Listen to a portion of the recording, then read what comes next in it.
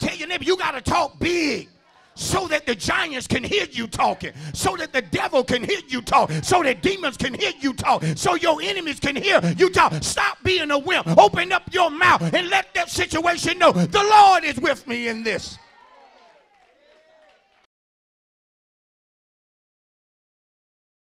See, what you got to recognize about Israel is that when they came out of Egypt, it was not their desire to go to the wilderness. No, no, no. They wanted to go right in the promised land. Oh, do I have anybody like that here? In other words, when God makes a promise, many of us ready to walk in that promise within the next 60 seconds.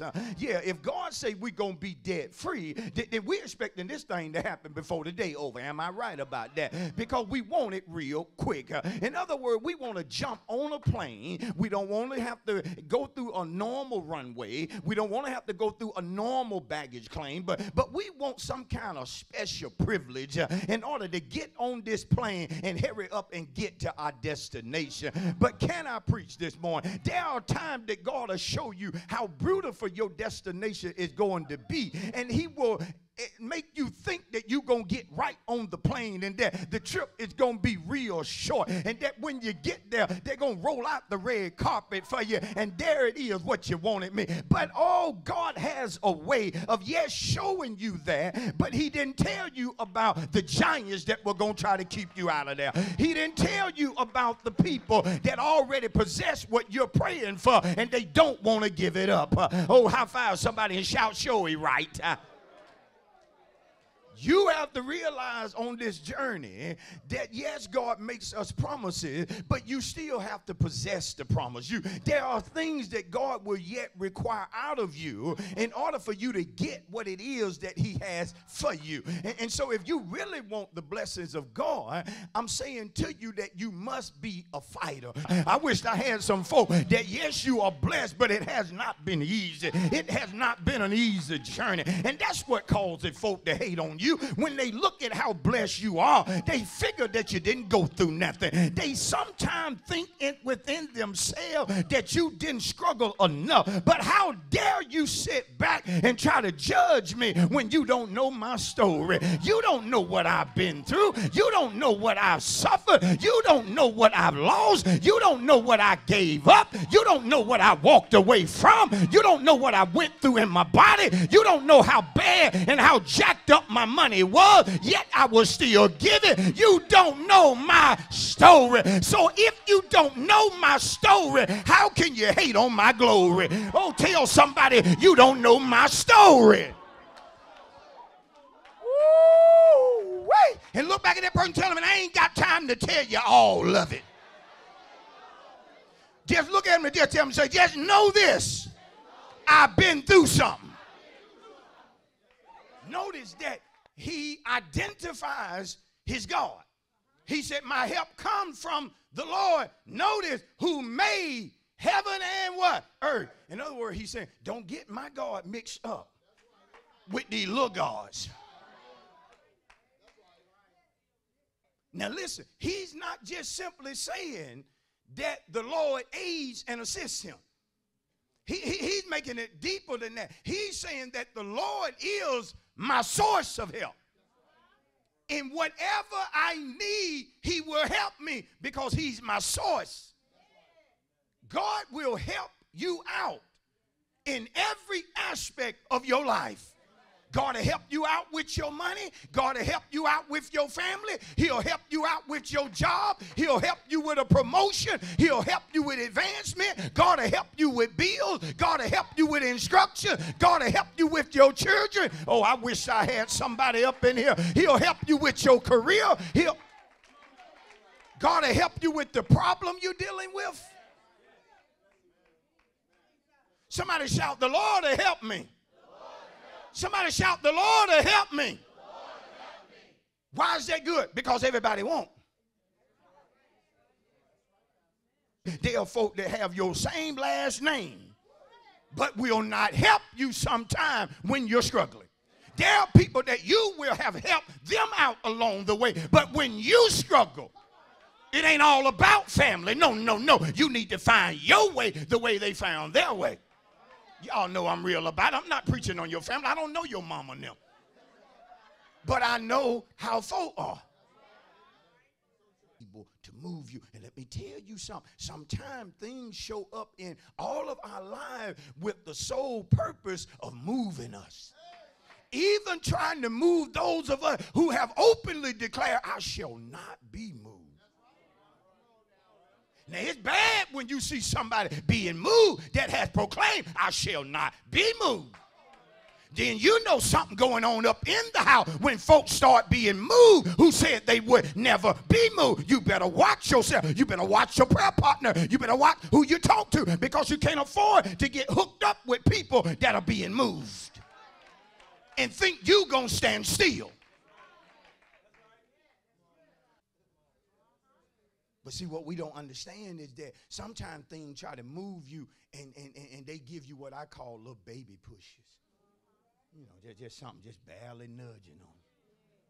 You know, you done got a little irritated with a situation. You're a little fed up, you know, with what's going on at the house. I'm sick of it, Pastor. I'm coming to talk to you, but I'm keeping myself together. I ain't at the point of fighting and going crazy, Pastor. But I want you to know I'm a little sick of it. You know, and I recognize, they being pushed a little bit. They being pushed a little bit, yeah. But then you have situations that don't give you a baby push. They give you a very violent push. Now watch this. Psalm 118 in verse 13. Know what the psalmist said. You pushed me violently that I might fall, but the Lord helped me. Watch it, have some folk get happy right then and think about when somebody pushed you, when something pushed you violently, wanted you to fall, but God said, no, I ain't going to let you be moved. I told you I had your back. I ain't going to let you be moved. You push me violently. Watch, that I might fall.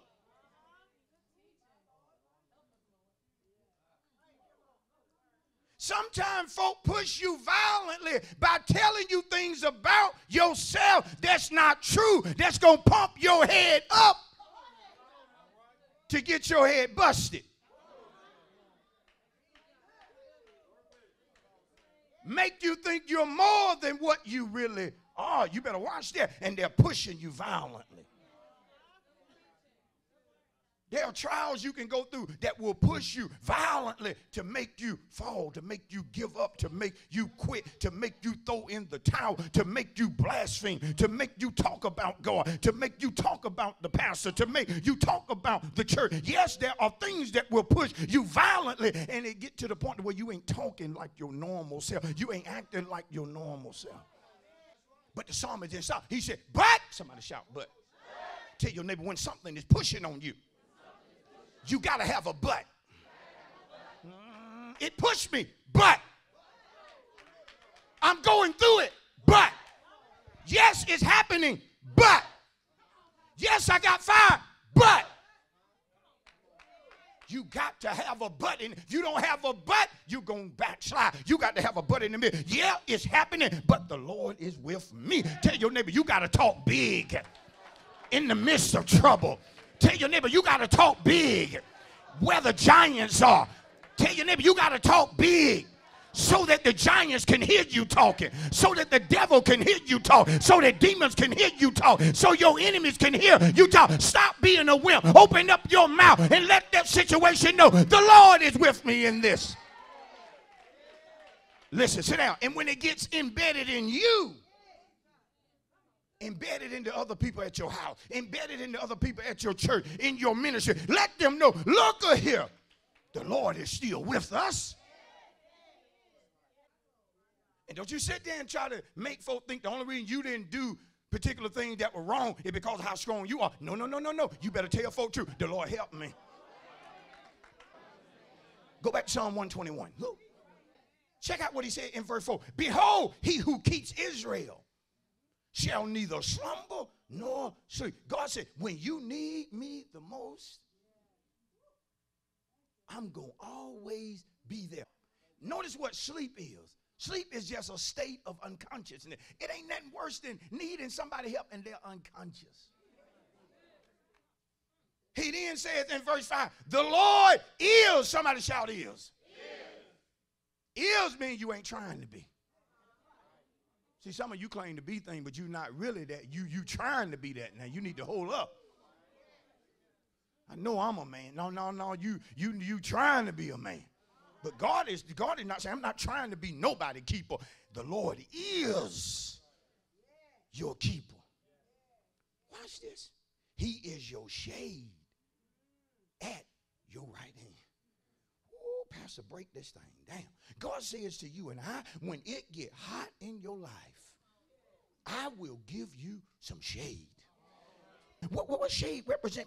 It represents a comfort. God know how to comfort you when you're going through your moments in your battle. God know how to comfort you when your spouse can't. God know how to comfort you when money can't comfort you. God know how to comfort you when the best of company cannot comfort you. God will be your shade. I wonder, is there anybody in church that God has ever had to provide some shade for you because it got hot in your life? And some of you this morning, it's hot in your life, but God told me to tell you, He gonna be your shade. Don't you worry.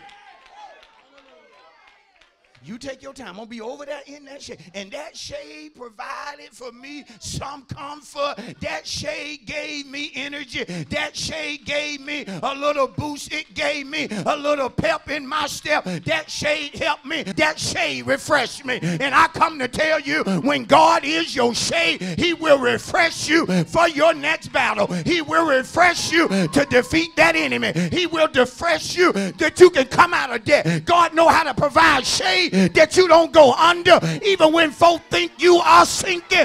But I got some shade. I dare you to run to 3-4, tell them I got some shade. Tell somebody like you, the preacher, this morning, I got some shade. Yeah, we going through something, but God let me know through my bona fide pastor that I got some shade.